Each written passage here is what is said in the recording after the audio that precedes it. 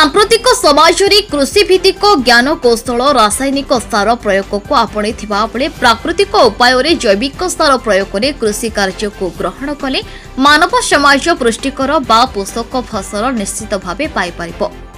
एही सचेतनतार वार्ता देवाको तीर्तोल आनंद मंडप एक प्राकृतिक कृषि कर्मशाला अनुष्ठित हो जाइछि। जगतसिंहपुर कृषि विज्ञान केन्द्रर मृत्तिका वैज्ञानिक प्रदीप कुमार माझी, रोगपोक वैज्ञानिक देवाशीष पंडा, उद्भिद स्वास्थ्य परीक्षागार सहायिका विजयिनी साहू, अग्रणी चाषी राजकिशोर त्रिपाठी और प्रताप कुमार साहू सहित स्नेहमयी आचार्य रमाकांत राउल, शरद कुमार दास एवं समाजसेवी विवेकानंद होता प्रमुख उपस्थित थाई जैविक सार प्रयोग और रोगपोक निराकरण उपर सचेतन वार्ता प्रदान करथिले। एही कर्मशाला को निमकणा कृषि विज्ञान केन्द्रर अधिकारी माने परिचालना करथिबा बेले एही शिविर रे 50 रु अधिक महिला उपस्थित थिबार देखिबाको मिलितला।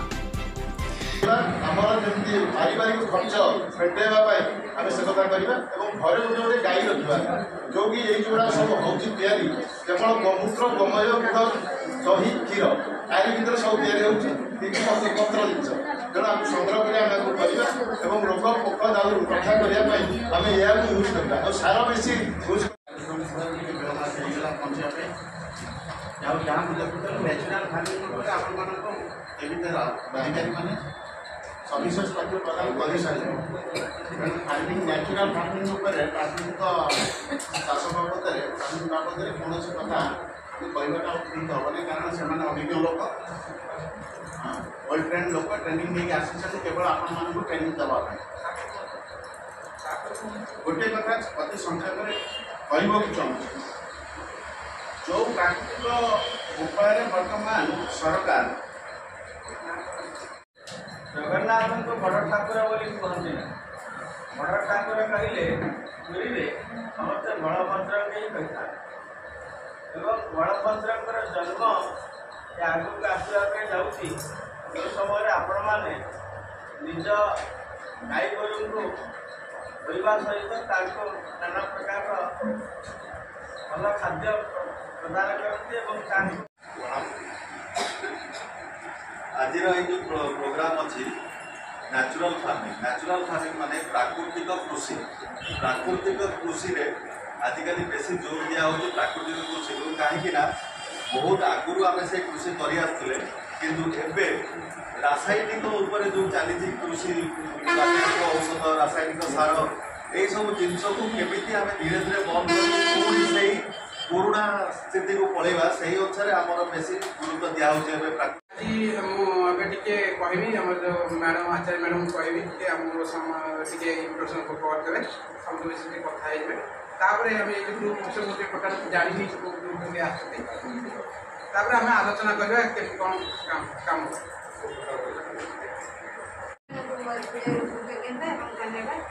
धन्यवाद कारण ये महिला मान स्वावलम्बी कराइवाई सार मान जो प्रयास मो पाखे अच्छा देवाशीष पंडा सार से साइंटिस्ट अच्छा वैज्ञानिक आम निमकणा कृषि गवेषणा केन्द्र सार बर्तमान कार्यरत पाखे अच्छा प्रदीप माझी सार से भी जड़े गवेषक कृषि वैज्ञानिक निमकणा कृषि गवेषणा केन्द्र बर्तमान कार्यरत पाखे अच्छा आम समस्त प्रिय आनंद मंडपर ओनर शरद दास भाईना पाखे अच्छा रमाकांत भाईना सी भी आम समस्त अति प्रिय पाखे अच्छा आम राजकिशोर त्रिपाठी सार सी भी आपण मैंने आपण मैंने निजे आत्मनिर्भरशील हे आप दि पैसा निजे इनकम करेंगे स्वाधीनतार सह बंचार सुजोग पाइबे से आमर 9938 26532 9938 26532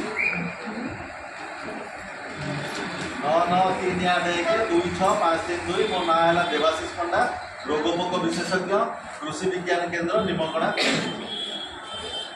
हाँ आगे आरंभ करिया आमर नड़िया गछटू देखु यहीटा गोटे जंता आपण देखिए नड़िया गछरे पत्र गुड़ा सब साइज कटाई जमी कौन जे कैंची काटी देखी ना नहीं से पोक जो पोक यहाँ कैंची भाया काटे से पोक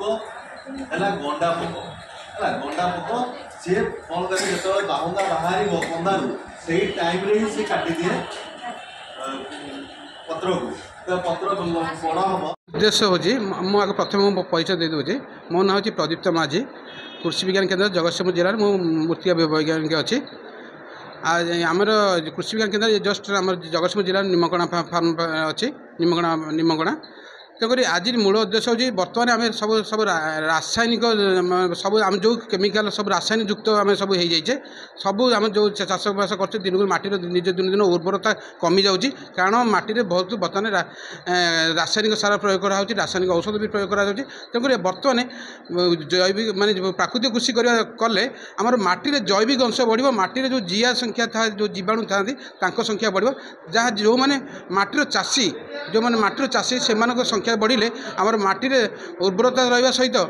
वायुमंडल प्रदूषण भी कंट्रोल हम तार माटी जो जो जल धारणा जो थाए सी भी तार भी जल धारण संख्या बढ़ तेणुक या द्वारा आउे वायुमंडल प्रदूषण जो कमीगले माने वायुमंडल प्रदूषण जो कमिगो तापर आमर कौन हो जो कि खाद्य पेय आम एत असुविधा हेनी देह रोग कमिज या हूँ आम प्राकृतिक लक्ष्य हूँ माटी जैविक अंश केमती बढ़ेगा ता द्वारा आम माटी खाद्य जो खाद्य अच्छी ताकू केमती बढ़ेगा। मो ना है देवाशीष पंडा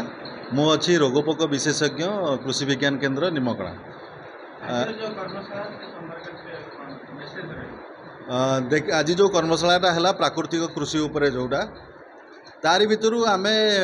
चाषी भाई मानू कि माँ मानू बहुत किसी शिखौचु जेहेतु मु रोगपोक विशेषज्ञ मु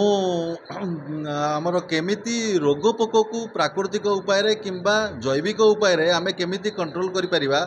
निराकरण करिपरिबा सेटा आम देखिबा सेमती विभिन्न रकम जंता बाहरी जंता बदल में आम जंता द्वारा आम धरी परिबा सौर चालित आपणकर सौर चालित अच्छी लाइट ट्रैप अच्छी से आपणकर विभिन्न पोक आसिकी पड़े सेटा भी आप करेंगे आहरी विभिन्न रकम आपणकर निम्ब जातीय औषध आप व्यवहार करेंगे निम्ब पत्रु निम्ब पिड़िया आउ निम्ब तेलू भी आप व्यवहार करके विभिन्न रोगपोक दाउरू रक्षा करेंगे। हूँ विवेकानंद होता घर हूँ तीर्थर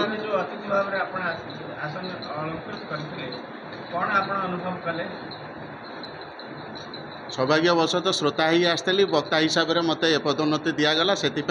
मत आसन अलंकृत करा पड़ा और दीपद कहवाई मत सुजोग मिलला से प्रथम मोर केविकर जो कर्मशाला आयोजन कर जो व्यक्ति माने जो अधिकारी माने मु कृतज्ञता जनाऊँ। द्वितीय कथा हूँ प्रसंग हूँ कर्मशाला आज जी कथा मु अनुभव कली जे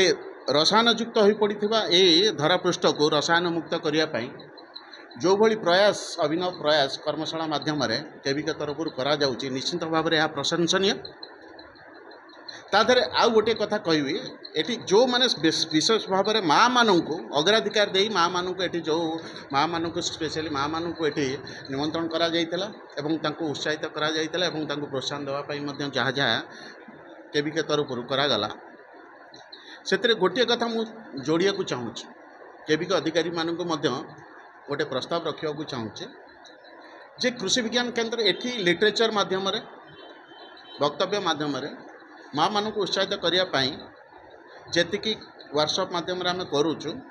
जी अवेयरनेस क्रिएट होउची आकु आउ टिके गोटे पाद आगु को नहीं आम जदि वर्तमान महिला माने माँ माने प्रत्येक एसएचजी ग्रुप माध्यम ग्रुप रे अच्छी सीआरपी अच्छा गोटे वेल सेटअप ऑर्गेनाइजेशन अच्छी से जदि से तांकर चिठा नहीं प्रत्येक गाँ कि गोटे यूनिट गाँ को कि गोटे पंचायत के यूनिट नहीं हिसाब से नहीं तादर सिलेक्टेड गोटे गोटे गाँ रु किसी महिला मानू नहींकि यही पाखे थी केविके जो जंत्रपाति लगी केविके जो जहाँ प्रदर्शन लगी केमी से प्रोसेसिंग करुँच रिसर्च होविके कौन चली चाषी एवं चाषपाई सरकार कौन कौन उद्यम करुँच ये सबू विषय जदि से जगह को लेकर कर्म से जगह बुलेकरी देखकर प्राक्टिकली जदि करा जाता ताहले ये निश्चित आहरी प्रभावशाली हम बोली मोर आशा। तेणु आज ये कार्यक्रम विशेषकर केविकर समस्त अधिकारी मानू कृतज्ञता जनवा सहित हाँ मीडिया भाई जो माने भाई माने एठी अछंती से धन्यवाद दौचे ସେମାନେ ନିଶ୍ଚିତ ଭାବରେ ଏଇ ବାର୍ତ୍ତାକୁ ନେଇକରି ଗାଁର ପ୍ରତ୍ୟେକ କୋଣ ଅନୁକୋଣରେ ତାଙ୍କ ମାଧ୍ୟମରେ ପହଞ୍ଚିବ ବୋଲି ମୋର ଆଶା ଓ ବିଶ୍ୱାସ।